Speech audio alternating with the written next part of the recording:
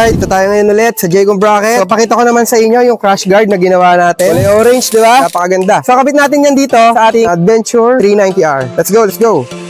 Sa pagkakabit nito mga ka-bracket, unang-unang tatanggalin mo is yung center support niya na bolt dito. So, ito ay lampasan, ano? Hindi na sasakto yung stock na mahabang bolt niya. So, papalitan natin siya ng isang mahabang bolt. Ito ilalagay natin sa kanya. So, high tensile na rin to para matibay. So, isasama na natin yung mga stem niya. Ito. So, pakita ko sa inyo kung paano. Let's go, let's go. So, tatanggalin din natin to, ano? So, meron din tayong pamali lalagay na bolt dyan.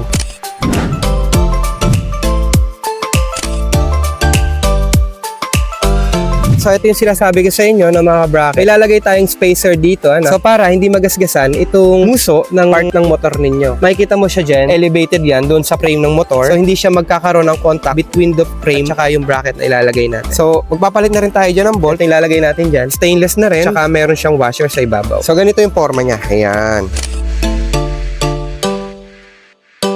After yung spacer na yan, meron tayong lalagay dito na oversize na. So ito ay 12mm, ano? Ginamit natin siya as spacer kasi perfect siya na fit dito. Tapos, para mas maganda, lalagyan pa natin siya ng isang washer. Ayan, elevated siya dyan. Hindi rin magagasgasan yung uso ng frame ng motor ninyo. So syempre, kung ano yung sa part na yun, anong din yung gagawin mo sa kabilang side na yan.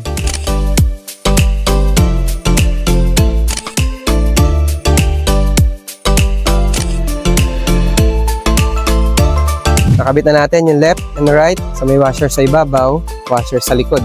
So yan, luwag pa yan, diba? So kapag nailagay mo na yan dyan, nailagay mo na yan dyan, pwede mo na higpitan to. Lahat yan. Tsaka syempre sa kabila.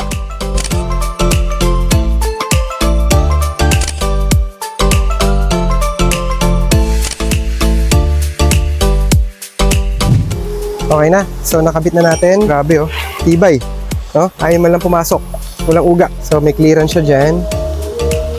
Okay, may clearance siya dito. Kita nyo?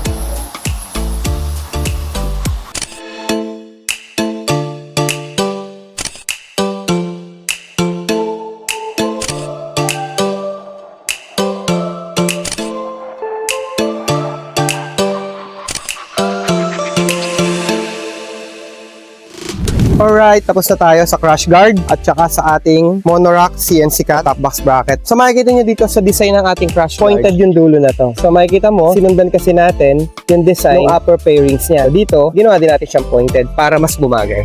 Anyway mga ka-bracket, kung gusto nyo na medyo round to, pwede rin naman, just message us sa pan request, walang problema po sa amin. Iba kasi round yung ginawa nila dito. So yun lang mga ka-bracket, napakaganda ng ating ginawa na crash guard para dito sa bagong 390R. So maraming salamat pala kay Sir Bob Rasay ng Motomax. Pinahiram niya sa atin itong kanyang napakapoging KTM na 390R Adventure. Maraming salamat Sir Bob. Sana po matuwa kayo dito sa gawa namin. Jaycom Bracket po ulit. Maraming salamat po. Yun lang. Bye-bye.